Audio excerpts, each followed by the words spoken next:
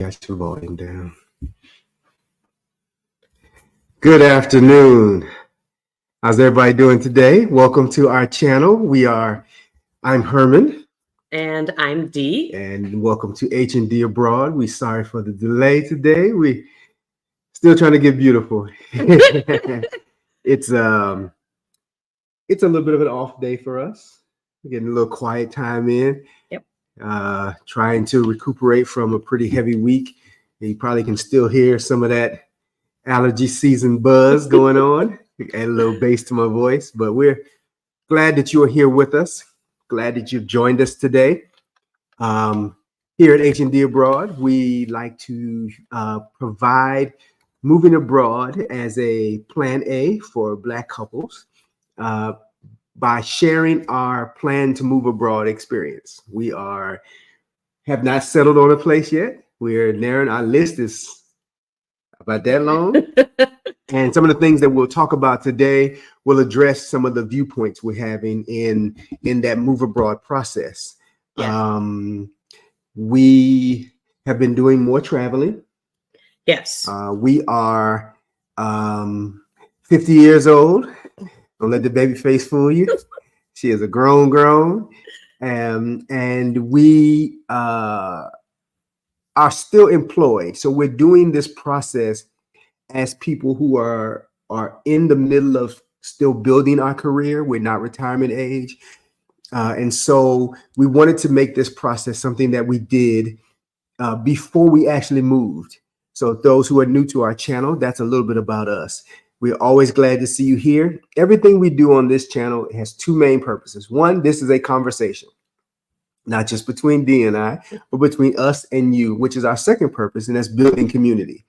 By building community, we have had the opportunity to learn about this process as we move along. And we have made a lot of growth and decisions based on that communication with you. We're so happy to build this community with you. So I'm going to take a minute and say hey to all the great people here today.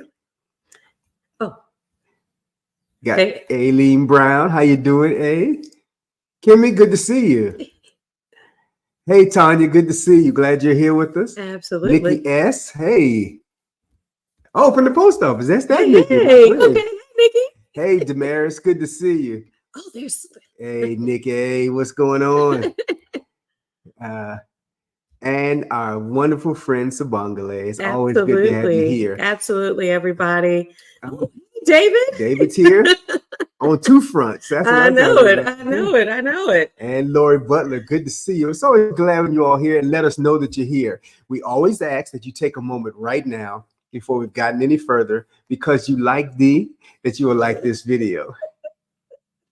See how that works? It's a simple process. Like Dee, like the video. Subscribe to our channel, because that way you'll always get to know when we have new things coming out, because you will hit the notification bell, which will shout it out whenever we jump on. Absolutely. Hey, Jay Speaks. So, I am still very optimistic that we are on track for moving. If you are from the United States, as we are, one of the biggest hurdles for us that was still really clouded was, were we going to owe a tremendous tax debt that would force us to have to hang on a little bit longer than our timeline? Excuse me. And y'all, a couple of weeks ago, I talked about fear.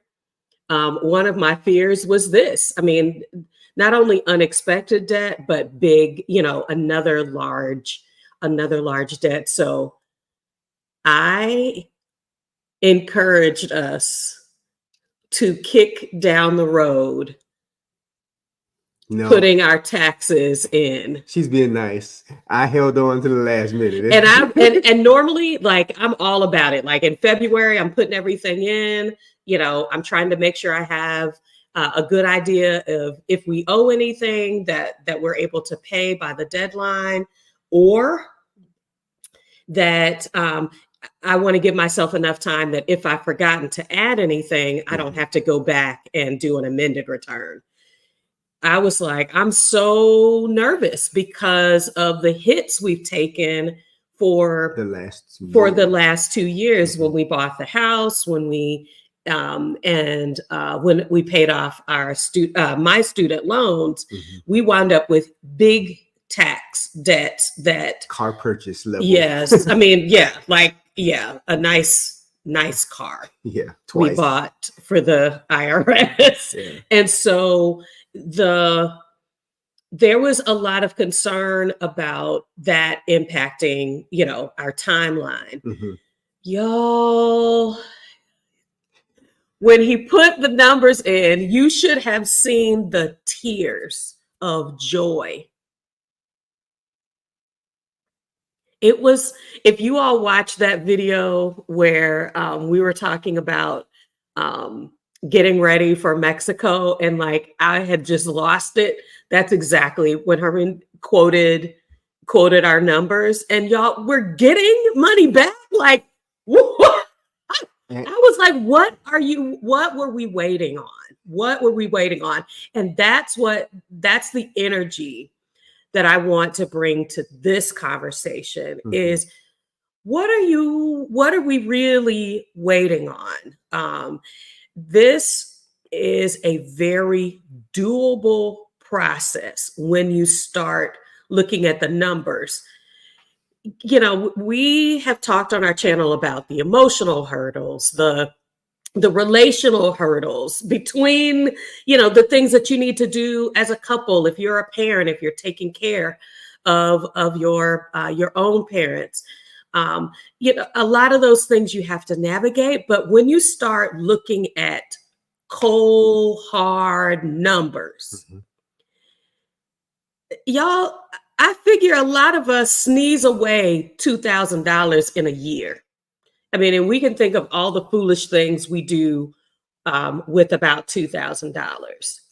Way more than that, unfortunately. And so when you start putting, could I work on a budget, or how can I look at real numbers to see if this is something that I could really try, either as a flex pat.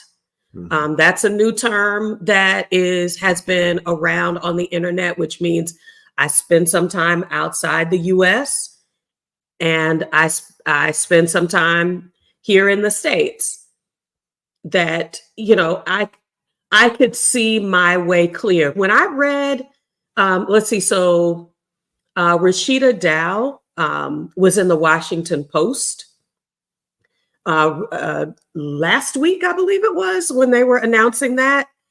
And, she just talked about, just giving real life examples, y'all. It's something we've not done before, but it is not something that cannot be done. So how were you thinking about, when we were rolling around this topic, why was it important from your perspective that we talk affordability? It is very easy to get distracted financially, to get into a comfort place and forget some of the basics of money management. We were talking this week. We are,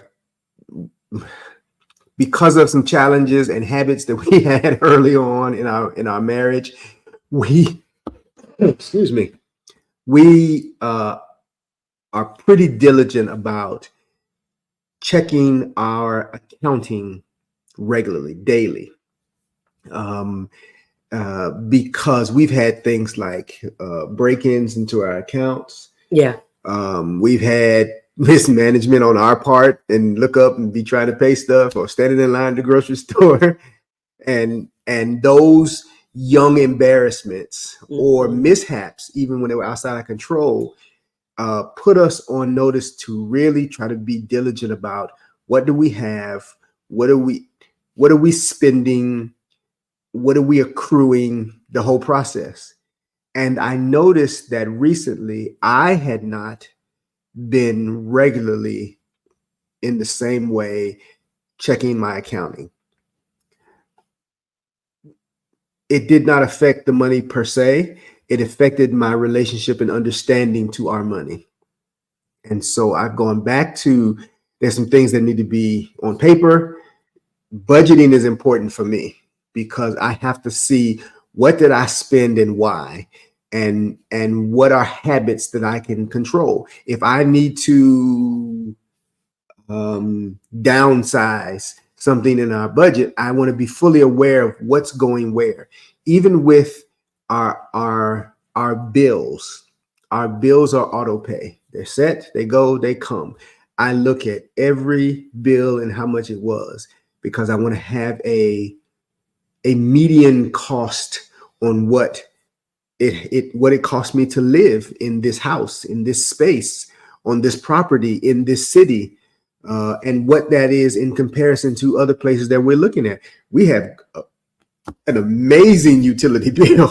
I mean, our utility bill is a compression of several pieces, and it is at times, with all those pieces, what our single just power bill was at some of the other places we've lived.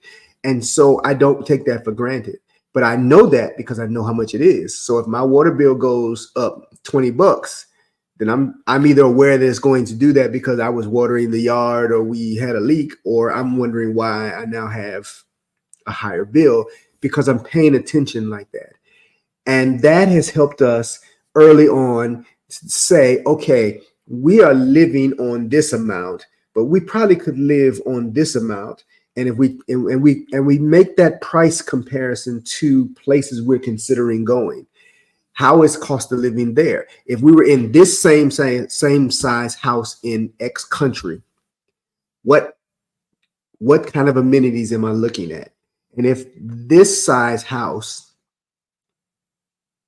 cost me half as much or cost me twice as much, okay, I need to know that. This house that we live in, where I'm from in Florida, I wouldn't be able to afford this house.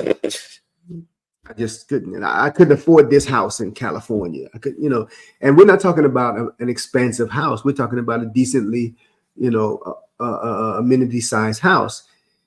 But those things begin to be the comparison conversation.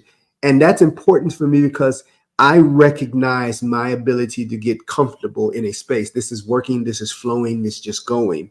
So I have to be intentional about where are we going and why. Is that? Yeah. I feel like what I want to make sure that we're bringing forward is there are some habits we have had to have that, like David is saying in the chat, has really prepared us for today. Mm-hmm. Recognizing that, yes, money could be coming into the account, but if you are not tracking it, mm-hmm. then identity theft when you're outside of the country just has can be a bigger interruption. And so get that habit now. If you're not using a budget tracking app, every dollar is the one that is at no cost that you can start saying, this is how much money I'm bringing in.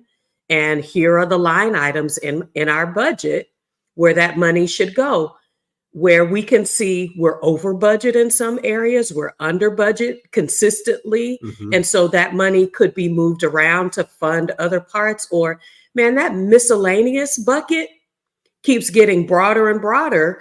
How do we begin to anticipate some of those fees and using some of the other things that we've learned, like sinking funds, which means I know that my life insurance is once a year. So there's a set amount. Mm-hmm. I break that into 12. Mm-hmm.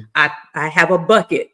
Every month, X amount of dollars goes into this bucket so that when the time comes for that payment to be made, it's sitting there probably in a high interest earning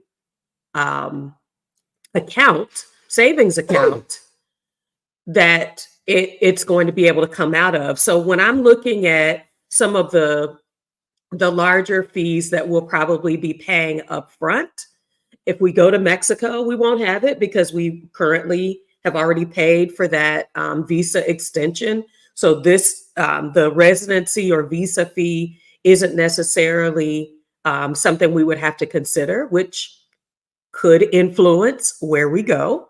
But having a dollars set aside for that digital nomad visa, that, you know, whatever visa type, because you're going to need to pay to enter. Sometimes entering even under a tourist visa does incur a fee. So having that as a part of your thought process, but that's usually, you know, something if you're going to be doing 90 days. Trying to think of a couple of places in the world where you can do that. And then you're going to need to have money to extend it if you decide to stay. Another bulk that I think I would feel really comfortable or need to have in my budget, something that I just want to pay it before we leave, is medical.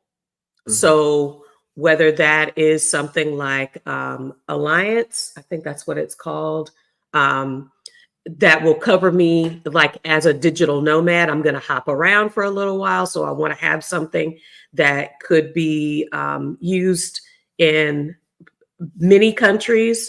But if we decide we're going to a place, then I want to get a medical insurance broker that I already have those fees in mind, because I've already been looking at the ones for Spain.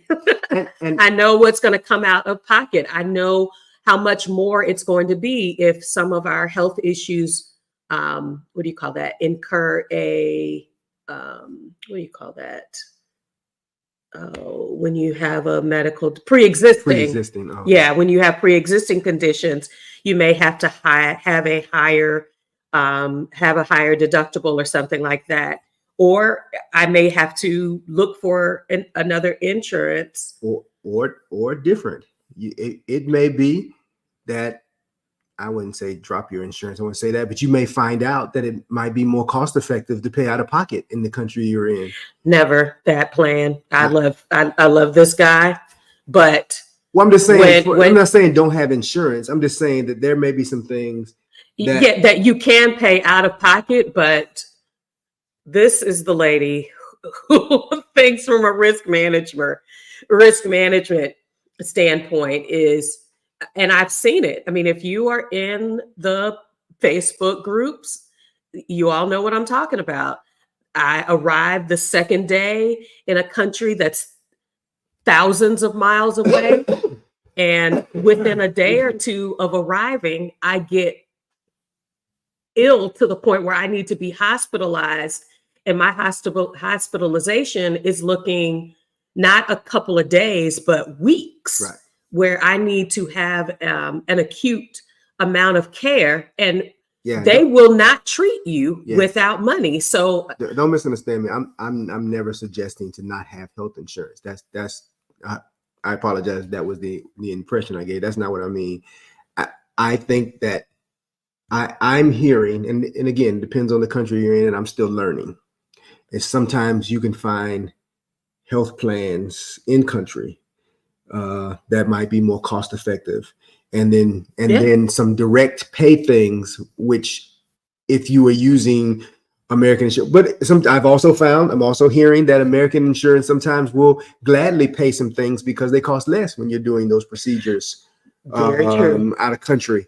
So, and again, having crisis, we have Janae is so right. I mean, oh my gosh, so many things it happens. Yeah, it definitely, those catastrophic illness kinds of things can happen. Or just accidents. And so looking at either your plan that you're bringing from the States, or looking at your plan that you're getting, like Alliances, kind of that digital nomad worldwide, can I get back to the States? Can I, what level of care would I have access to with this insurance?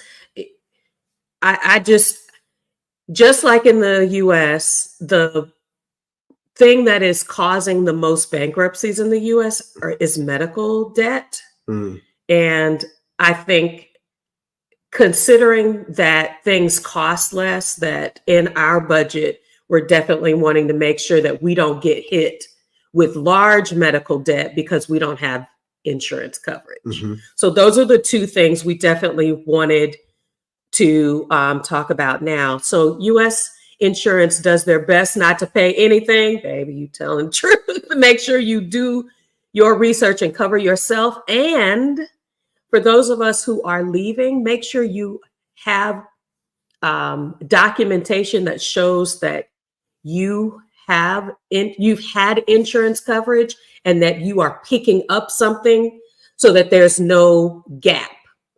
That was one of the things that we learned from Rick and Halisi on our Black Utopia, is when they were getting their insurance, they had to go back and prove that they had previously had coverage so that they would know that they were covered. So yes, US, we've got the most state-of-the-art medical care. Some of the people from all over the world come here for medical training. But Black folks is dying. I don't know if I want to be shipped back here if I have a health issue. So I'm just saying, yeah, I do want to make sure that I can be cared for wherever we are. I think so that these kinds of things I'm not necessarily including in our budget. So I guess we should caveat our move abroad on less than $2,000 conversation. We're talking about your every month recurring expenses. So I know that there's some folks that either are currently abroad, loving somebody who's currently abroad, have spent some time abroad. Working towards it hard. So what we're saying is, hey, help us to see if we are considering the things in our budget that we should. So I think even whether you're wherever you are in the world, I still think housing is probably our largest potential cost. Mm-hmm. And I'm gonna add a little caveat here, but it doesn't have to. If you watched me on Thursday, one of our strategies is doing longer house sits outside the US, especially as we're starting. If we could stack several long house sits where we don't have to pay for housing for half the year or for the full year, because there's some folks that we need someone to be in our house for the entire year. Some it's 6 months, some it's 2 months, some it's a month.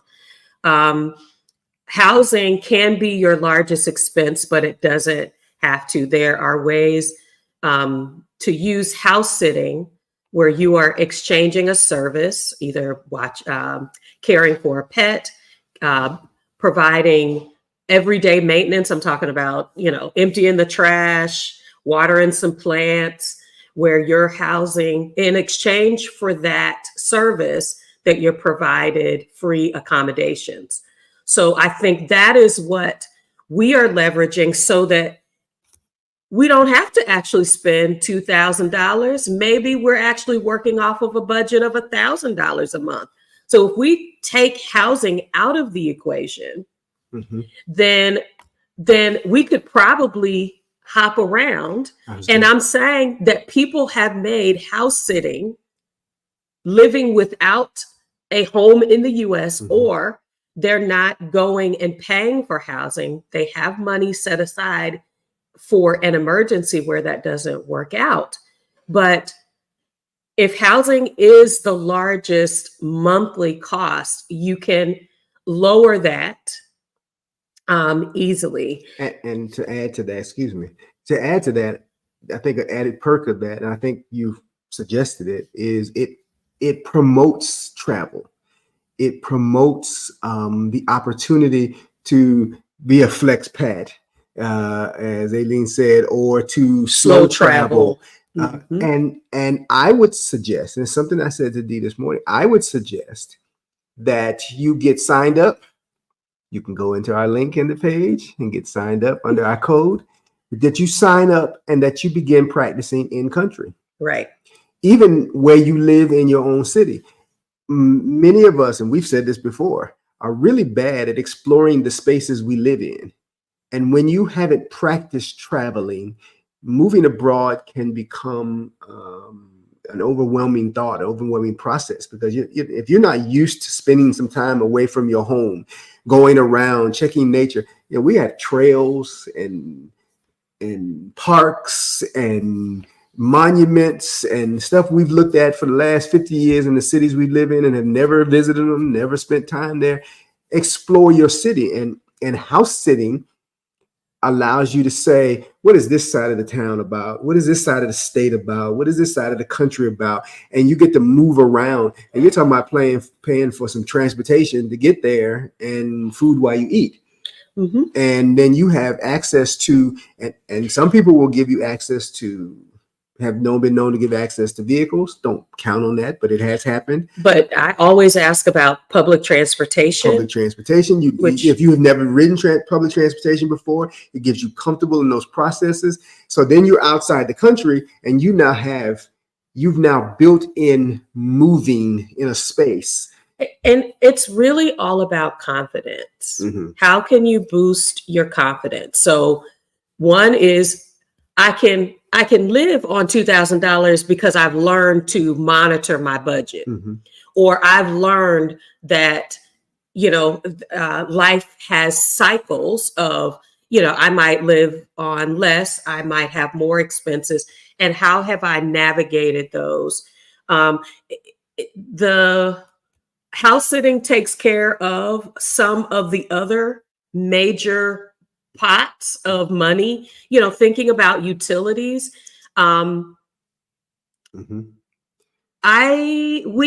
Gas is a part of our utility bill here.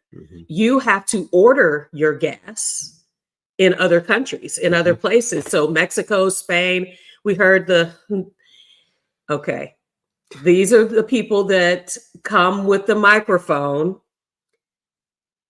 early in the morning and throughout the day saying, here comes the gas truck. You need to be ready to pay that, because that is what will heat your home. That is what will turn on your stove. And so, thinking about what your utility costs could be, I know could fit under $2,000. Yeah. And then food, and I'm saying this even in relationship to housing, I have taken it for granted that homes come with full kitchens. But as we are looking at places, even though food, what do you call that? Street food vendors are inexpensive. It is there because a lot of places don't have a stove. They don't come with. In Asia, a lot. Yes. They got nice little apartments, and there isn't a kitchen at all. And unless they slide a microwave onto the counter, they don't have a kitchen space at all. They eat on the street. They eat in the cafes. They budget their meals that way. And unless they are out in their old homes, outside the city, and then they're visiting family, they're not cooking like that. Right. And I have to cook at home. I don't care how inexpensive the food is out. The way that I want to nourish myself means I am intentionally connected to how my food is prepared. And this 50-year-old body cannot do a lot of fried food. And you have to can't have access to a lot of palm oil. So you're talking about then budgeting for markets. Yeah. Which in a lot of countries is sometimes a daily process. Yeah. They go out every day, they get what they need for today, and they prepare that, and then but it isn't like we went to the store. What was it, last week? Yeah. Or earlier this week, and we had like 3-4 bags, and we spent like $75 in little grocery plastic it was bags. Over $100, and I was like, how do you spend anything I can walk out of here with it in my hand and it costs that much? It just, you know. And so you're talking about really doing some exploration into what is out there and what's available. Let me stop a minute because we had a lot of great people jump in. We'll say hi out loud to Edith. Good to see you. And hey Sam, good to see you. Dr. Linda, yeah, Savvy Soldier. Hey, Miss Donna. Hey, Miss Donna. I mean, when we're looking at what are our food costs, we're gonna eat our way through every country, guaranteed. Yeah. Okay, and so there's the eat out, the drinks, the whatever. That's a part of that, but those are bonus opportunities. Mm-hmm. But eating local, eating fresh food is like the number one reason why we love this idea of moving abroad, because that is the cultural connection that we want to make with the places that we go. So the food cost, I think, is moderated by, are we in agreement on preparing our food more of the time and eating out modestly? So there's a dual thing happening here. The adventurous us, the tired of doing it for everybody else us, would love to go out and eat. Just it was prepared by the people who have prepared this their whole lives. They live here. This is their culture. You want some of that. How we eat, yes, how we need to eat, dictates how we spend money, when we spend money, what we spend money on in the food category. Mm-hmm. There are very few restaurants in our town that we go to. Maybe I'm bougie. If I can make it. But we had Thai last night. But I can't make that Thai. Yeah. I probably could learn to, but I don't make that. And I like the way they make that. She has dishes that she makes that I refuse to make because I want it the way she made it. I'm that kind of, if I come to your restaurant and you make it great, whether I can make it or not, I want to come get that. But if I can make it as well as you made it and I can spend $20 less, I'm making it at home. That's just because I know I'm gonna have twice as much on what I just spent left over. So there are very few places that are amazing to me. When we are overseas, there are foods that we don't consume. There are food types that we don't consume. Our eating style and trying to be more moderate about it. So it moderates how often we go out. I would love to have tacos every day, but like, I don't eat pork. So y'all, I have not had a taco in Mexico. Because what in the world? Because and I think a part of that is as we continue to work on, I don't want to say improve, that's a lie. To work on our Spanish, it's hard to ask for something. I don't know if you can explain vegan when what's in front of you on the meat market is meat. Yeah, tacos are meat and cheese, and Miss Donna and Nikki, y'all can tell me, they might have some vegetables there, but they're gonna look at me sideways, like no. And we have found some great. No carnitas. That's exactly what she said. we have found some great vegan restaurants when we were in Mexico, and they had some Mexican forward food, but like that. But my son and I were down in South Texas, so we were literally at the border, and she wasn't with us, and we had some street tacos. And look, I told you, mole is life. But I mean, but managing those things, because sharing a meal for me is important as a unity. And if one or the other of us can't make that work, then it's just easier for us to eat at home. So we go and we learn to explore the products that they have, and then do the research to see what's out there that is available to both of us. I mean, hold on. It coming in here now. Uh-oh. Slide won't work. Yeah. I mean, it's just. I really am. I don't want to overspend, because it's easy to spend. But let me tell y'all, as we look at modifying our budget, what I am looking forward to, Miss Aileen Brown, is maybe having somebody come in and cook for us. Baby, let me tell you. And I said I was bougie. Let me tell you, Sam was talking about having somebody come in and help care. Zoe from Exodus Collective, Nanny. I was just like, Jewel from Ecuador, talking about having somebody come in and prepare your food for you in your home.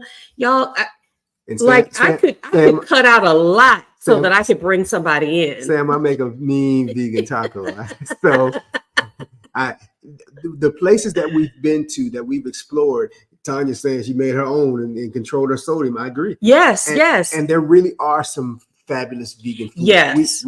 I can name several right off the top of my head. Roma Norte. Yeah. Roma Norte has our heart. Can we shout out the green place? The green place in Puerto Vallarta. And then when you're in, we were in what was the other one? Vigamo. Oh, I love the Vigamo too. Oh, Vigamo. Okay, so maybe we'll put up the places that we visited on Instagram. If you are into plant forward eating, they are, and we'll put the places that we visited. But y'all, when I found vegan paella in Sevilla, ooh, I'm telling you, and some great chilaquiles too. Oh, in Puerto Vallarta. Yes. So, but the idea that this life, even on a budget, can accommodate ease, can accommodate where, how, as they say, how low can you go? How can I streamline my budget?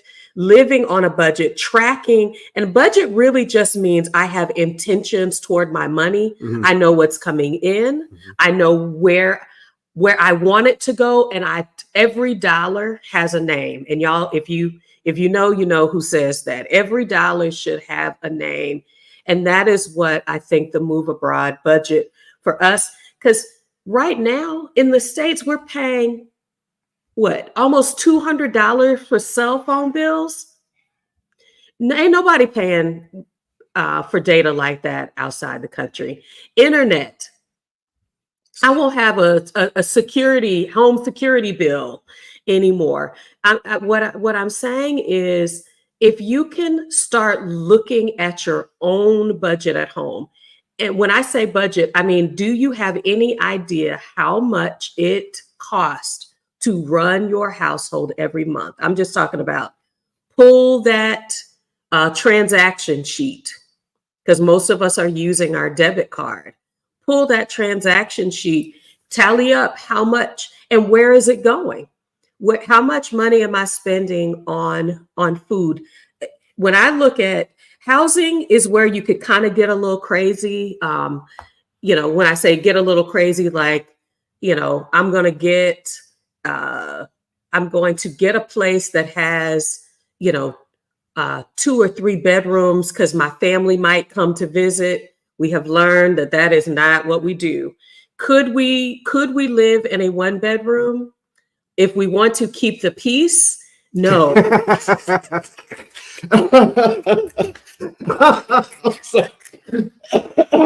Oh God, I'm gonna choke. If we want to keep the peace, I think we should have more than one. One room. That's her way of saying, Negro, if you don't get away from me. Uh, Uh, I, but hey, do I need a 4 bedroom, 3 bath something? Not necessarily. Are there places that I can go in the world mhm. and spend $500 for rent and have a really modern, with modern appliances, including a washer and washer dryer combination in my in a condo? Could I live for $500? Is like could be lavish in some of the places that we're looking. And this, 400, 350. You can see what we're encouraging is set a budget and then begin to look on the Airbnb mhm, websites. mhm. One of the strategies we were considering is Airbnb could be a cost a little bit more, but I know exactly what I'm going to pay every month. If that is the piece that you need, Mhm. I think going that extra step and saying, well, I can look for a housing option that is all inclusive, including internet.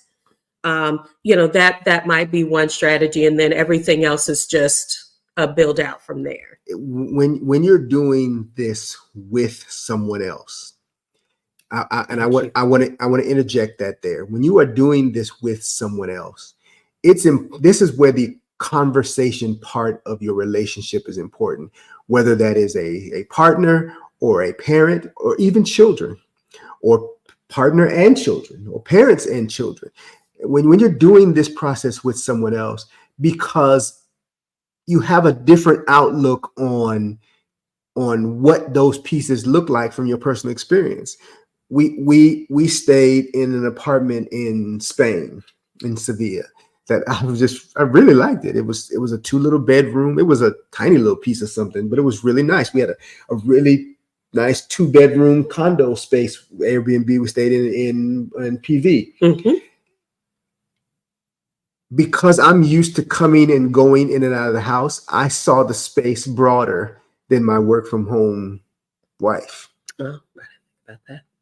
So for me, I was like, it's small, but we could do this. And she was like, nah, ain't enough room. The 2 bedrooms weren't bad because of the layout. Yeah. And so I have to kind of be in a place before saying nah. But a 1 bedroom, just But I it's also just was it's I also too don't know much. if I was looking at those spaces as permanent spaces.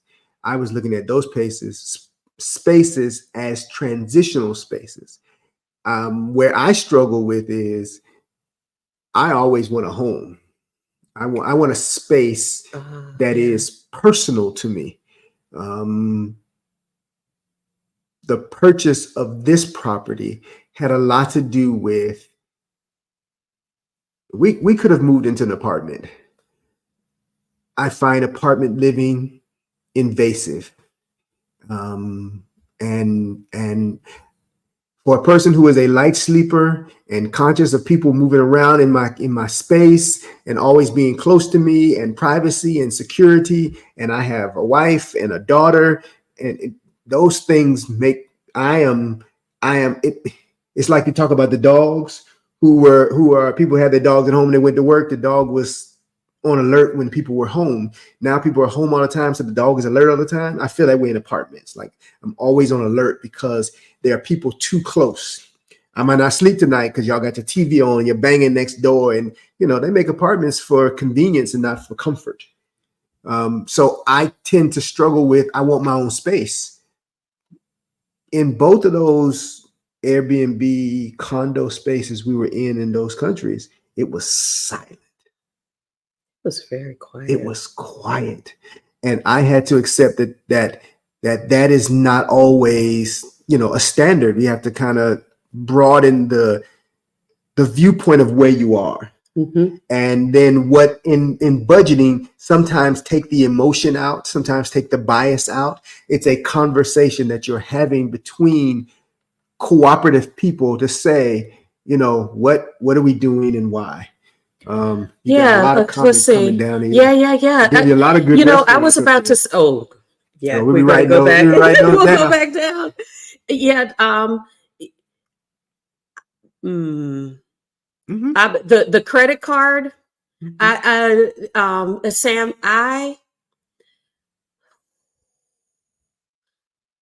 I'm probably going to have um,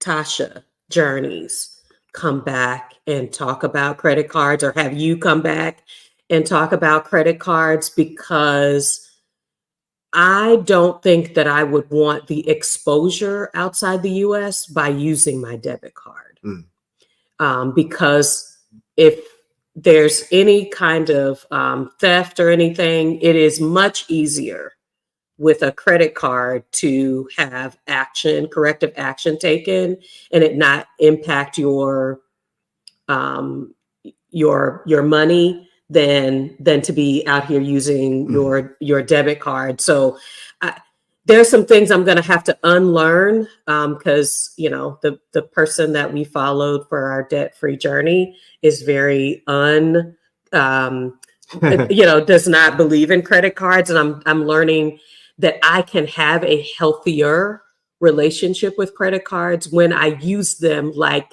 I know I have a budget, and that joker is going to be zero every month, because Mhm. either that is the requirement of the card, Mhm. Mhm. or that's how we stay accountable. Because when we don't, it is so easy, when you have an extended amount of credit, to say next month on that, and Yeah. I don't give money away, and so this is really good, Janae, from the Luxury Vagabond. So we have been following some Right. people that have retired on cruises. So I've seen somewhere between 30 and 50,000, people that pay per year for, to live on a cruise. I have not followed anybody that's been living in a hotel, but the way that Airbnb, that people are listing hotel rooms on Airbnb, I can see that is also a way, especially with the hotels and possibly the cruise lines. You get all of that.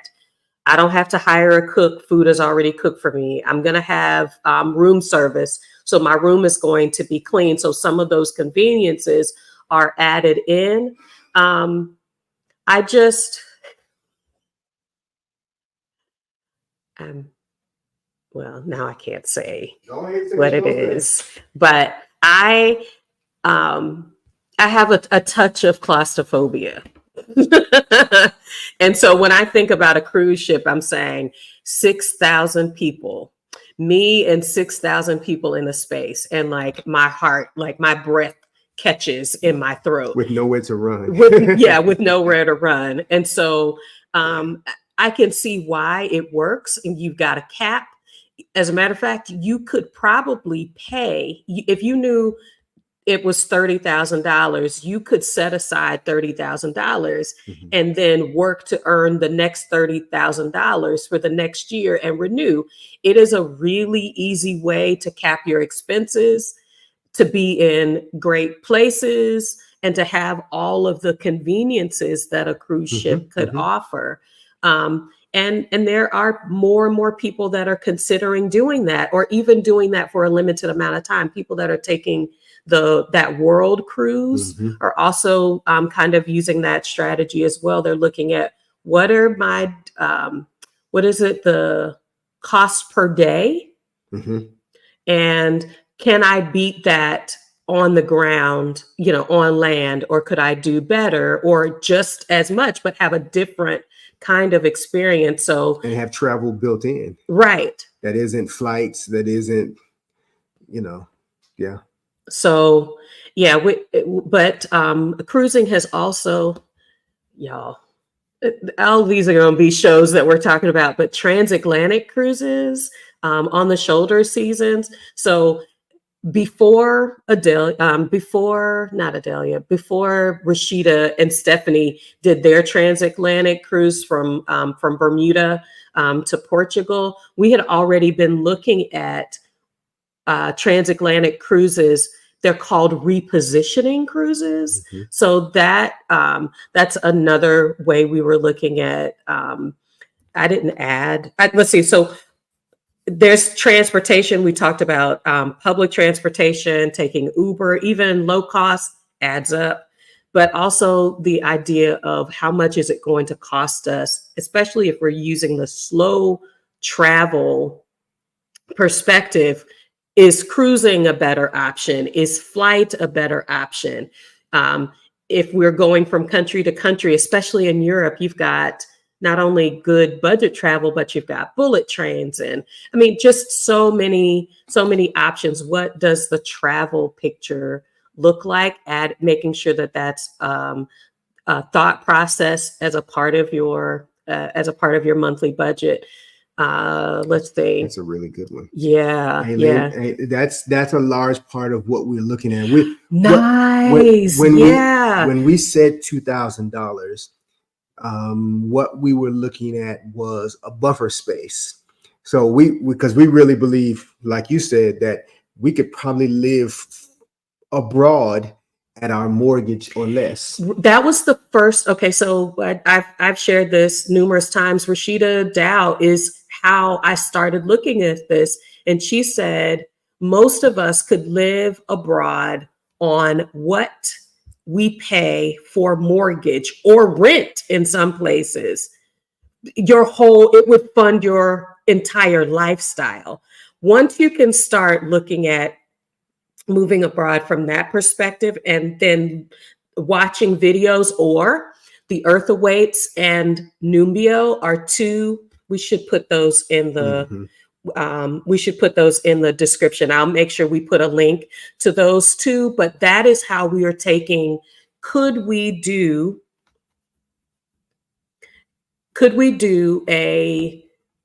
I would consider $2,000 a month a modest budget. It is not the opulent lifestyle, but depending on where you go, it could be. Mm-hmm. What's his name that we watch in Thailand?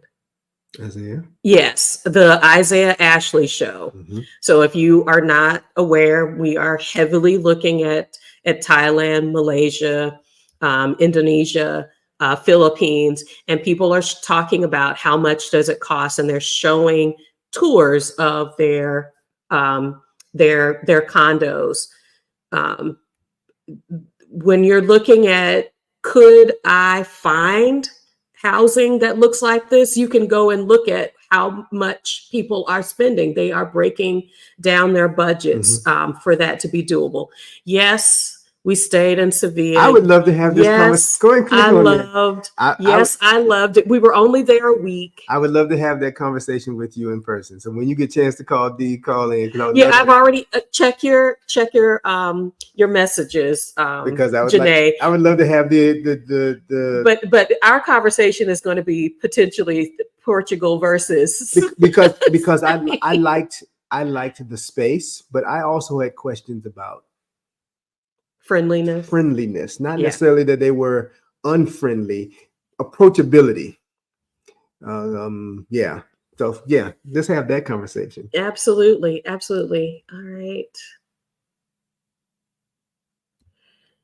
Yeah, there's how I eat is really either bringing me joy or bringing me down. Like I said, when we were talking last year this time about our trip to Morocco, and I was like, I had expected all these vegan and vegan options, and no, that was not the life. Hey, Maya Spikes, good to see you. Hey, Abex girl. Yeah.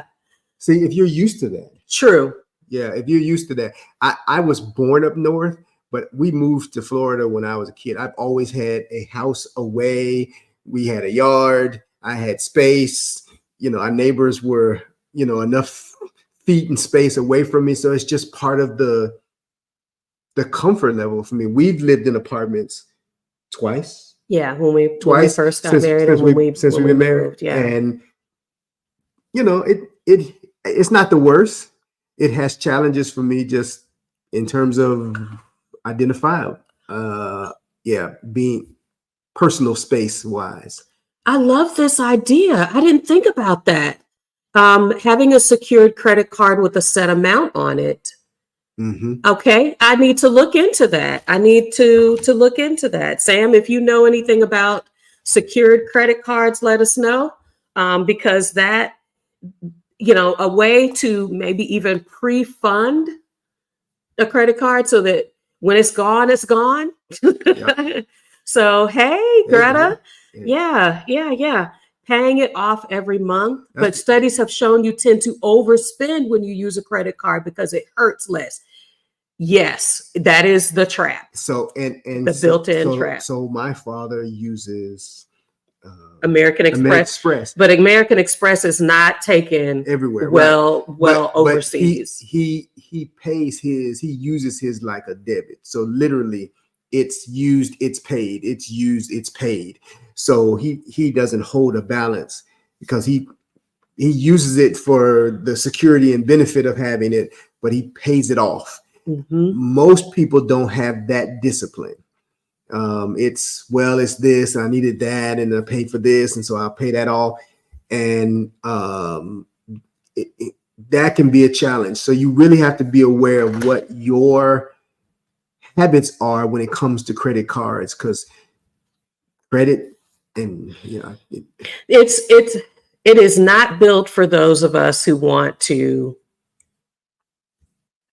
live on a budget. It really is a way for, it's another money making business.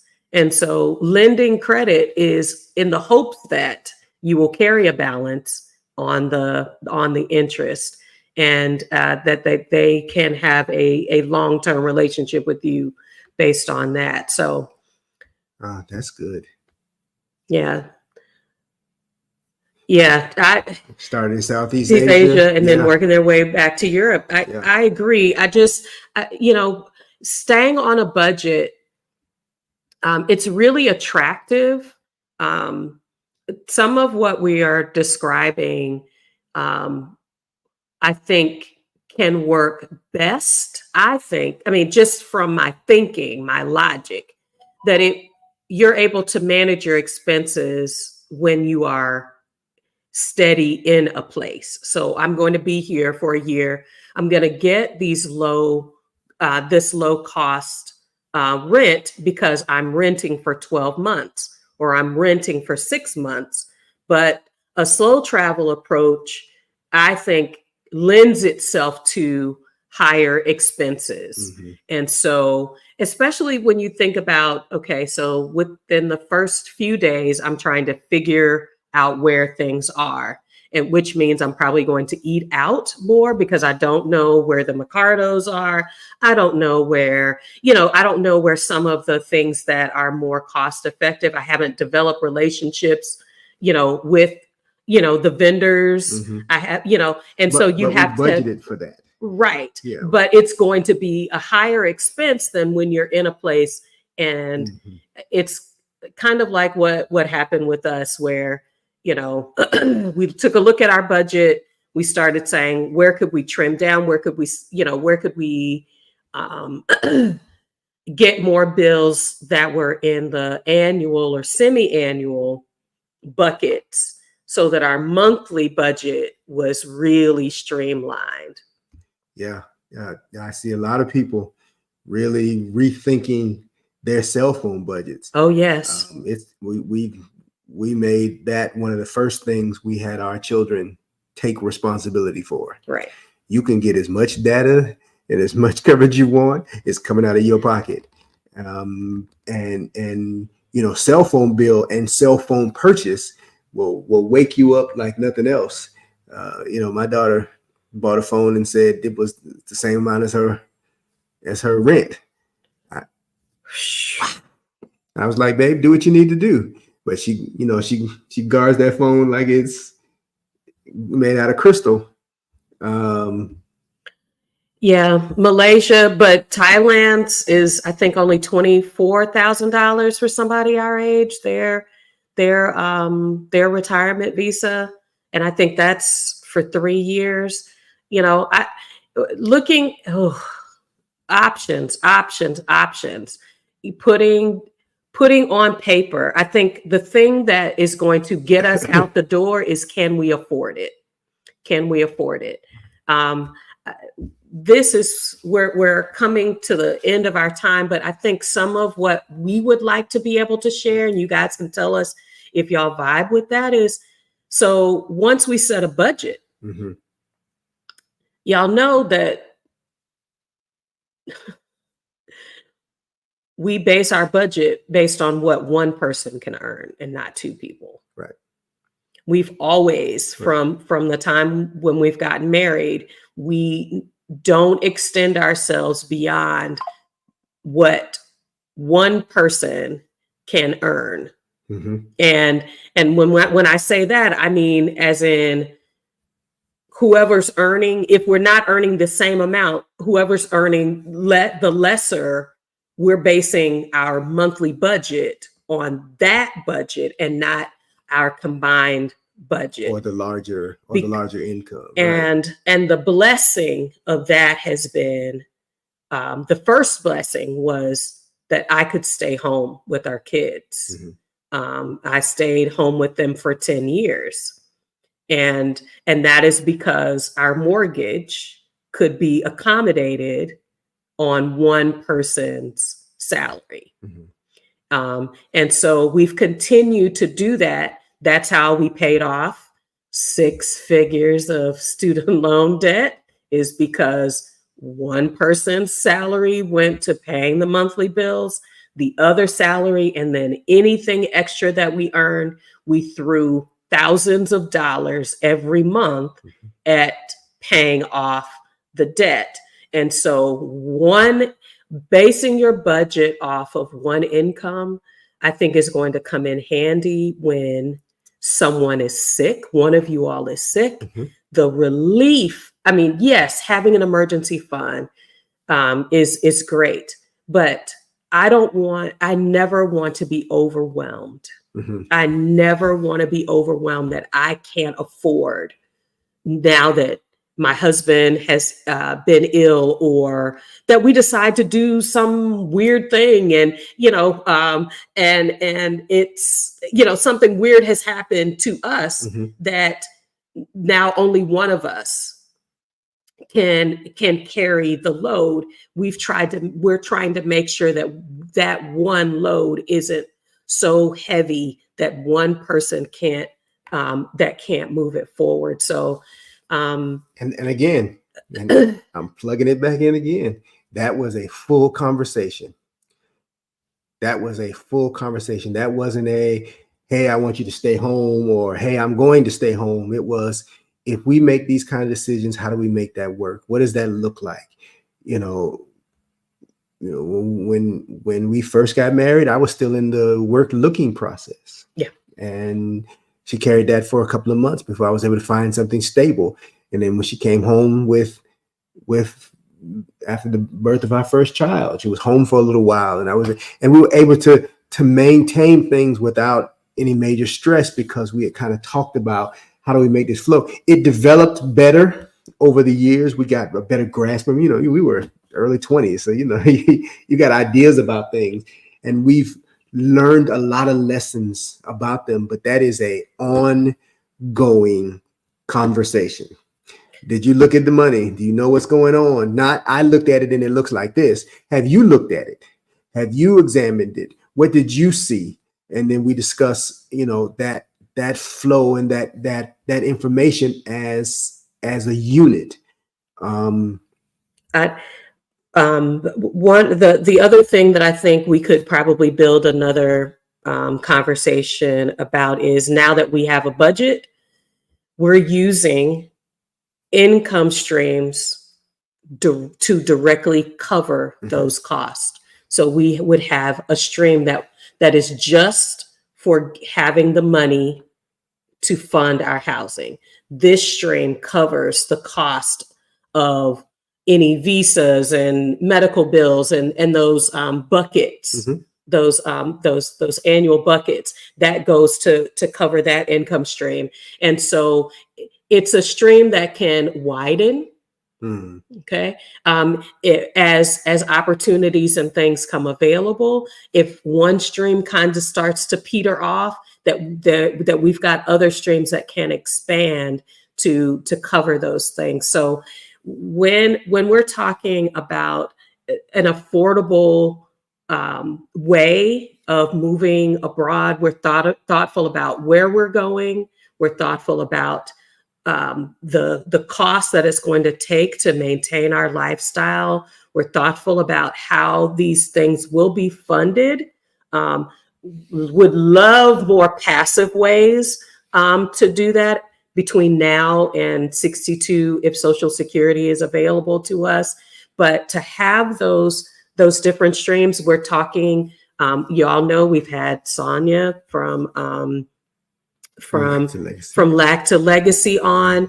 So we're learning options trading and some other trading techniques. We've had Dee on. Dee is Brown Girls Invest.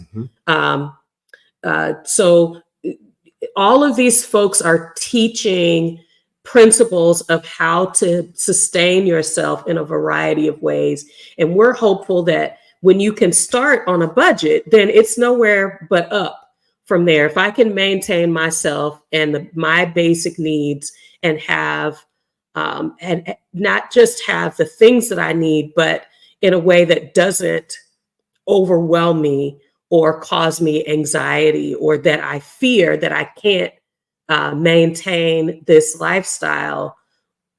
We want, like Greta's saying, we wanted the things that we're talking to be grounded in real life and in practical things that you can start to, skills that you can develop now that you'll be able to continue into your process. So, all right now, that's what we're talking about. That's what I'm talking about. All right, so I will be messaging you, Miss Donna. Okay, all right. So I want to say thank you all. Thank you all so much for the comments. Greta, the Queen of DC has just blessed my heart abundantly. If you all are not watching her channel, I'm gonna tell her that I shouted her out on our channel, but she's talking about life in Da Nang a lot. She's also been in Malaysia. I think she and Sonia and a couple of other of my YouTube friends got together and met up. But she's literally sharing just really practical things like going to the doctor and things like that. Find some folks that you are following that are talking about how they're living real life. I think that Grounded Life Finance, that's the yes, that's our couple that they have mm-hmm. 7 YouTube channels. When I say they have funding streams to a science, they left. And if I can remember which video it is, I will try to add it. They said they left here with $300,000. And I was just like, somebody has given a real number. Yeah. And they were like, their work history was similar to ours, where, when you don't have an employer that does a match or you're just getting started, they sold their house, threw their money in an IRA that bulked it up to 700, had a plan for how to finance it, develop funding streams along the way. And now their income, I think they said their monthly budget is $4,000, but they're making well over that. They left here with, that's what it was. They left here with something that had already proven itself to be able to cover them passively for $4,000 a month. So if you can make that happen, we're talking about 2,000, and you can do well, but 4,000 and it's residual. It's not, so please find a path. There are a lot of folks sharing real numbers. Look for them. Hey, Agent Grateful, glad you ever come through. Hey, absolutely. We're so excited to say that we are on track. I was so happy to know that. Yeah. that these major concerns weren't going to hold us back. Mhm. Greta is helping me keep the faith. She is my faith partner on that. Somebody gonna forgive this student loan, this last little student loan that popped up at the end. They're gonna forgive it. Even the lady, when I called, said, "Ma'am, this is the amount that they are forgiving. You're in the right program for loan forgiveness." I've already forgiven it, so they gotta forgive it because I said so. We are hoping the same for each of you, as you put your dreams not just in your sights, but that you put plans in place to make steps toward them. So you all continue to be a great community family for us, a great inspiration for us, and we thank you as always for the opportunity to share as we grow and as we learn. We are H&D Abroad. I'm Herman. I'm Dee. Please like this video. Mhm. Subscribe to our channel. Y'all, we're almost at 1,500. Help us get there. And hit the notification bell so that you know when we go live. Join our Patreon community. Yes. Sign up for our email newsletters. We want to make contact with you so we can boost some things. We want to begin to push some things forward that happen outside of this format. But you got to join us so we can reach out to you. And listen, we're open for consultations. She's smarter than everybody I know. Y'all come on in and get some of this. And as always, we will be out and about. So we will reach out to you from... our next house sit starts this week. So we'll be shouting you out some of this travel space. And we hope to see you on next week. Bye for now.